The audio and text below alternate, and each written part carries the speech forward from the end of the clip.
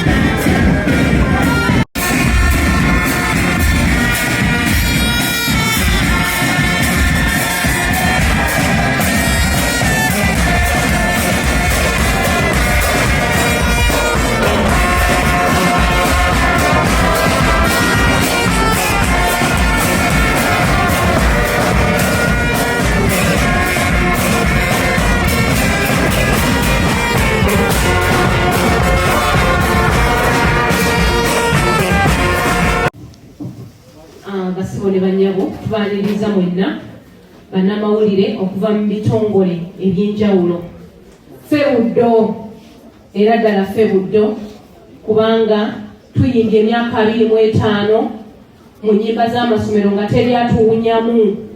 Amanya gange yenze Diana school girl promoter w'ennyimba z'amasomero yekka mu Uganda.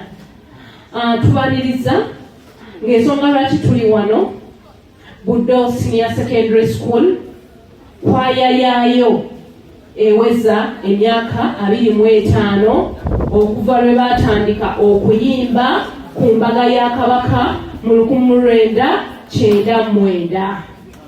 Yensonga lwaki tuli wano olunaku olwaleero nga tuwongera okugamba abantu bonna nti tubayita mujje ku Serena nga 17 omwezi ogw'omunaana mutujagulizeeko emyaka 25 terubadde lugendo lwangu. Bannange nga tuyimbye ennyimba ezikuzizza abantu okuviira ddala eri ku mitima gy'Abaganda, ne tuyimba ennyimba ez'enjawulo nnyingi, mutukuza mpewo n'ennyimba endala.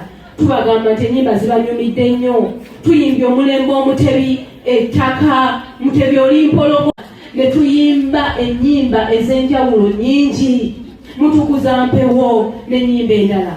Tubagamba nti ennyimba zibanyumidde nnyo. Tuyimbye omulembe omutebi, ettaka, mutebi olimpologoma, olwo ye hiti yaffe ennambeemu n'ennyimba endala nnyingi nga mulaga nti zibanyumira. Buli mikolo gya Bwakabaka ennyimba zaffe ze zivuga, mu butale, mu motoka zammwe, buli wamu. Ne tugamba nedda tetugenda kujaguza myaka 25 mu kimpowooze, katujaguze n'abantu abanyumiddwa ennyimba zino. N'olwekyo tubakoola nga 17 omwezi ogw'omunaana 2024 ku Serena Hotel Kampala. Yensonga lwaki tuli wano. Tweyanza nnyo, tweyanzeeko.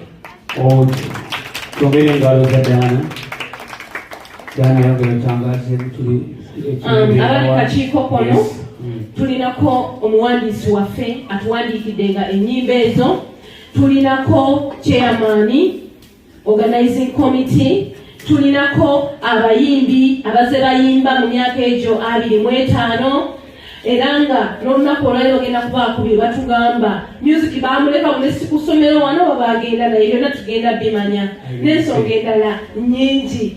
Era nga sebo njagala akazindaalo kano kagende ali abakulu abo babeko kye batugamba.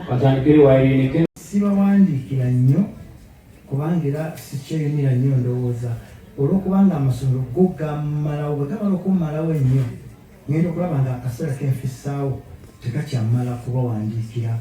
Era nkyakona kulimbalwa baagala yitibwa tebalina omwankubuulirira akaseera kayaga lwambadde ndoza wankyakomye naye nga bwe mpandika bweno naanoga nenkirekereyo. Naye ng'ate ogeze muyogera ku music w'ennaku zino era mungi ajja kubeera w'ennaku zino era akomye mu nnaku zino ayinza okulema okusomoka okutuuka mu nnaku ziri kubanga bamukolo banga balowooza kiki kiringa omuntu amala okunyonyogera banagenda oddamu nosakaneera wakunyonyogeredde wosekera bwagenda wekikoma zino enyimba ezimu oba zinyonyogezi bantu za fujjo bufujjo omuntu nawemulira mu fujjo netuleti buli awemula nakuwa obugambo nakunumba ngaagenda eri abantu ne baseka naye abantu baza kugumira kuba wemula bbanga lyonna ate netuwoza tibanekikatyegala lyabwemu nedda ssebo abatagala byabwemu be bangi abaagala obwemu be batono ennyo olwekyo enyimba bwe zinaaba zeetabiseemu osanga tezirina bigambo byezigamba abantu tezimubuulirira tezimulabula kwegamba olwo oluyimba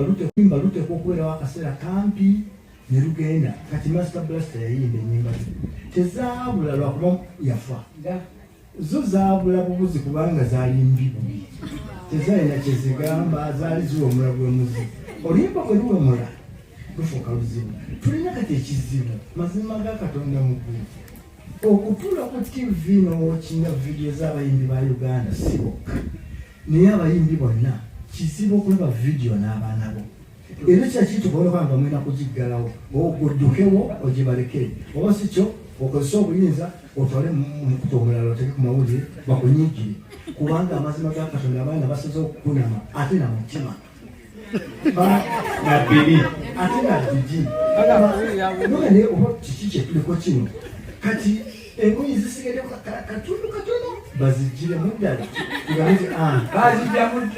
kyetwali tulinda kituuse Remax yeeyo kagamba katuwagiro kanene naye ng'ebintu ebyo era sibijja kuba bya buwangaazi era abantu kyova bakimako ebyemabega ddala leero kyova aba musiki omukadde ng'abantu bamufiirako okkiriza obagaana asigala w'amaanyi musiki oyo wedde oyo kati omanye musiki waba Samisa Kisemakola tumuyita Wadda nze mulabanga tali Wadda naye